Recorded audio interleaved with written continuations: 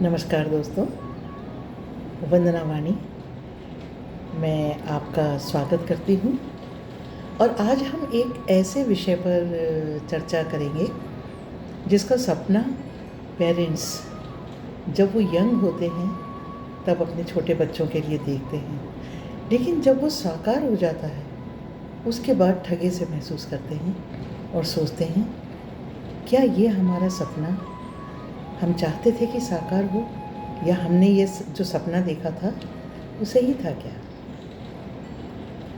ये एक्चुअली जब हम आजकल, पहले ऐसा नहीं था, लेकिन आजकल जब हम बच्चे को पढ़ने भेजते हैं नर्सरी से लेकर के, और जैसे जैसे वो बढ़ता जाता है तो पेरेंट्स के मन में एक अजीब सा कंपटीशन रहता है कि हमारा बच्चा काफ़ी आगे, सभी के नहीं लेकिन ज़्यादातर पेरेंट्स में, तो वो बच्चे पे पूरा एफर्ट्स डालते हैं, पूरा उसका जो वो चाहता है वो करवाते हैं, और बस इस उम्मीद में कि वो पढ़ जाए अच्छे से।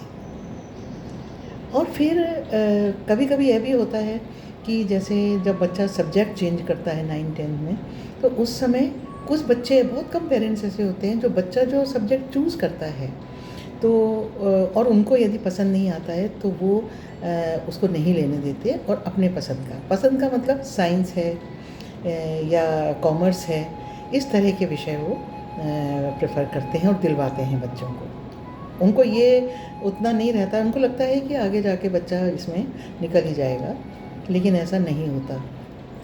कुछ बच्चे होते हैं जो चूज़ करते हैं आर्ट्स, जैसे म्यूज़िक है, नाटक है, नृत्य है, पेंटिंग है, कुछ इस तरह के, स्पोर्ट्स है। ये तो इसमें हमेशा कन्फ्यूज़न बना रहता है पेरेंट्स को कि ये पता नहीं आगे इसमें स्कोप है कि नहीं, पता नहीं हमारा बच्चा बड़ा बन पाएगा कि नहीं। लेकिन जो दूसरे तरह के जो पेरेंट्स थे जिन्होंने बच्चे को साइंस दिलवाया और बच्चे ने अच्छे मेहनत करके वो निकल गया, IITian बन गया, बढ़िया अच्छे इंजीनियरिंग कॉलेज से उसने इंजीनियरिंग किया, ये लड़का हो या लड़की कोई भी, और फिर वो बाहर चले गए, तो पेरेंट्स इस चीज़ में खुश होते हैं और गर्व महसूस करते हैं कि उनका बच्चा बाहर पढ़ रहा है। और यदि आर्थिक तौर पे इतने मजबूत नहीं है पेरेंट्स, और यदि पढ़ने के बाद, इंडिया में पढ़ने के बाद वो बाहर चला जाता है, जो अक्सर होता है ऐसा, और बाहर का मतलब डेवलप कंट्रीज़ जैसे UK है, USA है, जर्मनी है, इस तरह ऑस्ट्रेलिया है, इन जगह पर वो चला जाता है, तो बच्चा फिर एक बार यदि चले जाते हैं, तो मैंने बहुत ही कम बच्चे ऐसे देखे हैं जो वापस इंडिया लौट के आना चाहते हैं। और ये बहुत मतलब एक पीड़ाजनक बात है ये, कि वास्तव में इंडिया से जो ये डेवलप कंट्रीज़ हैं वो बहुत ज़्यादा अच्छे हैं, बहुत से मायनों में अच्छे हैं। तो नहीं तो अपने देश को छोड़ के पराए देशों में जाकर और फिर क्यों रहना चाहेगा कोई, कुछ अच्छा ही होगी इसीलिए, और वहाँ जाकर के वो सेटल हो जाते हैं। अब जब पेरेंट्स को शुरू में नहीं पता पड़ता, वो गर्व से कहते हैं कि हमारे बच्चे चले गए और विदेश में पढ़ रहे हैं या विदेश में नौकरी कर रहे हैं, फिर बच्चे मोस्टली वहीं शादी कर लेते हैं और वहीं सेटल हो जाते हैं, उनके बच्चे वहीं होते हैं, और पेरेंट्स जो होते हैं वो बुज़ुर्ग होकर, आजकल संयुक्त परिवार तो है नहीं कि साथ में रह लें सब और अपना जीवन पूरा बिता लें, ऐसा नहीं है, अकेले रह जाते हैं बुज़ुर्ग पेरेंट्स जो होते हैं।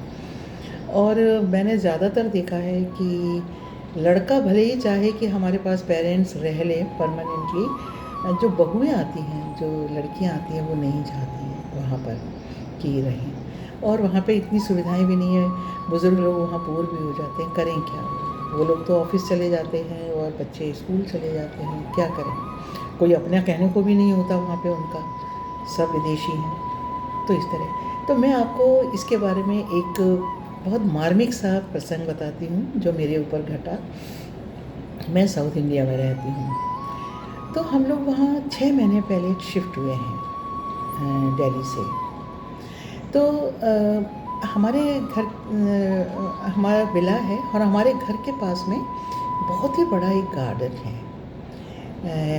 बच्चों का उसमें बच्चों के खेलने की जगह, पार्क वगैरह भी है, और एक गार्डन है उसमें, बहुत ही सुंदर, बहुत बड़ा है, बिल्कुल बगल में हमारे घर के। तो मैं वहाँ पे वॉकिंग के लिए जाती थी वहाँ मेरी दोस्ती एक काफ़ी बुज़ुर्ग लेडी से हुई। वो बहुत अच्छा स्वभाव था उनका, और वो पहले मुझे हाथ दिखाती थीं और फिर उन्होंने एक दिन मेरे से मेरे बारे में पूछा।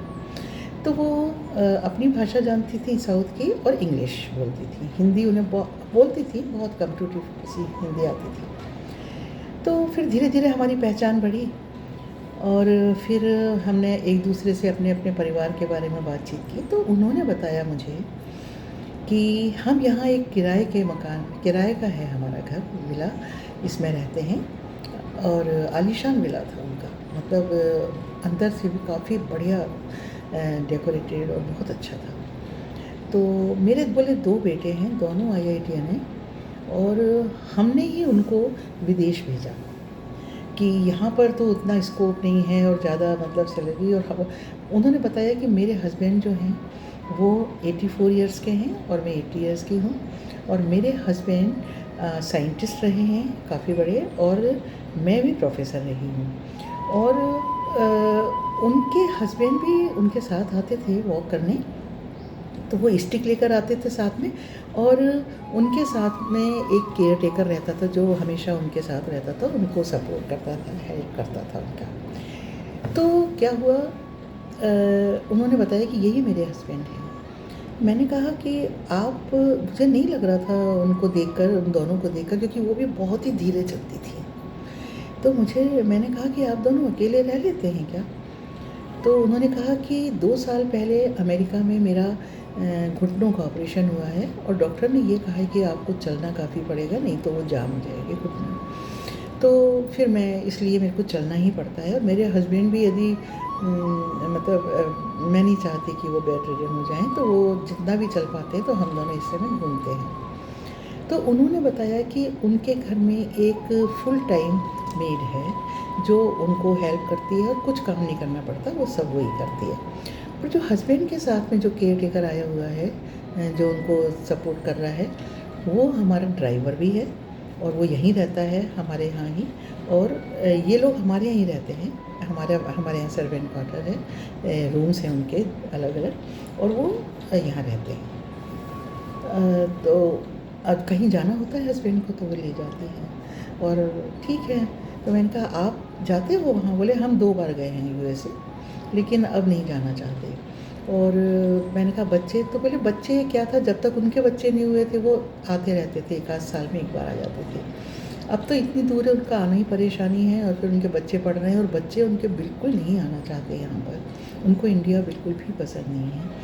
तो अब वो उस कारण नहीं आ पाते हैं, तो हम भी जोर नहीं देते, बोले हमारी लाइफ चली रही है। तो मैंने एक दिन, मेरे मन में काफ़ी दिन से शंका थी, मुझे लग रहा था बहुत ही रिच हैं वो लोग, काफ़ी रईस लगते थे दिखने में भी, मतलब दिखने से मेरा मतलब घर वगैरह देख के मैं गई थी उनके यहाँ, बहुत अच्छा था।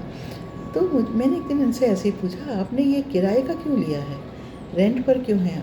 तो उन्होंने कहा हमारा बहुत इससे भी बड़ा घर था यहाँ पर, लेकिन हमने उसको सेल कर दिया, और अब यहाँ पे आके रहने लगे, क्योंकि यहाँ के लोग अच्छे हैं, सोसाइटी अच्छी है, और काफ़ी हेल्पफुल हैं लोग। और ये 2 बच्चे मतलब वो अपने उनको बोल रही थी केयर टेकर्स को, वो भी बहुत अच्छे मिल गए हैं, तो हमने इनको रख लिया है अब।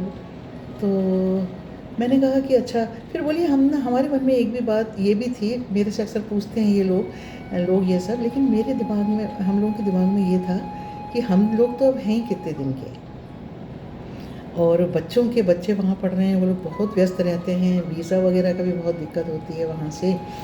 तो हमने सोचा कि यदि हम लोग नहीं रहेंगे, तो यदि हमारा घर है यहाँ पे, अपना घर होगा, तो फिर उन्हें उसको सेल करने के लिए आना पड़ेगा। तो इसलिए हमने सोचा कि हम किराए का ही ले लेते हैं। तो और हमने उनसे बोले मना भी कर दिया है कि जब हम लोग नहीं रहें तो आने की ज़रूरत नहीं है, तो कुछ रिश्तेदार हमारे हैं यहाँ पर, और ये हमारे जो केयर टेकर हैं, बोले ये लोग इतने ज़्यादा अच्छे हैं कि पूरा हमारी देखभाल वही कर रहे हैं। और ये जो लेडी है वो विडो है, और जो ये लड़का है इसकी वाइफ बाहर रहती है गांव में, तो वो कभी कभी आ जाते हैं यहाँ पे, ये कभी चला जाता रहता है, तब पूरा सारा कुछ हमारी ये लड़की देखती है, जो कि ये लोग मतलब आपस में एडजस्ट कर लेते हैं, तो हमें कोई ज़रूरत नहीं है। और बाकी जो आराम से वो लोग आएँ, जब हम लोग नहीं रहेंगे तो वो लोग आकर के जो कुछ सामान वामान का करना है वो कर लें, लेकिन तुरंत उनको आने की बहुत दिक्कत होगी, नहीं रहेंगे तो। इसलिए हमने, और फिर बोले, फिर एकदम उनको लगा कि हम क्या कह रहे हैं, तो उन्होंने कहा कि इसमें तो बुरा मानने की भी कोई बात नहीं है ना। मैं नहीं चाहती कि बच्चों को कोई दिक्कत हो। फ्रेंड्स, मतलब माँ बाप ने जो सपना देखा था वो साकार हो गया। दोनों बच्चे वहाँ सेटल हो गए अच्छे से, और अब माँ बाप अकेले रह रहे हैं यहाँ पर।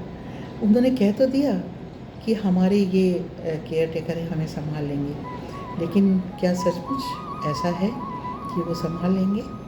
और या इमोशनली ये लोग खुश होकर ये बात कह रहे होंगे?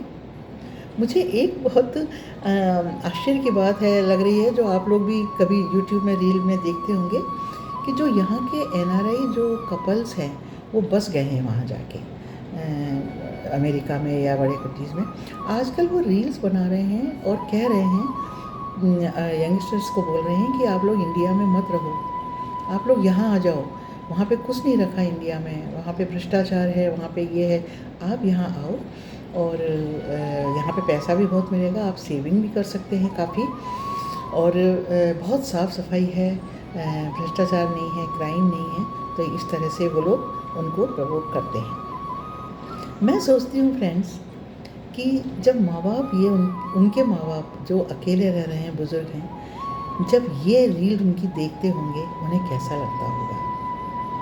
क्या वो सोचते होंगे ये कि हमने क्या उनको इसी दिन के लिए भेजा था वहाँ पर, कि वो वहाँ पे जाके अच्छे से बिंदास रहें और ये रील कहें और लोगों को भी वहाँ पे बुलाएं। बस मैं यही आपको एक इंसिडेंस बताना चाहती थी, और मुझे उम्मीद है कि आप इस विषय में सोचेंगे और नीचे कमेंट भी करेंगे, लाइक करिए, और हम इसी तरह बातचीत करते रहेंगे फ्रेंड्स।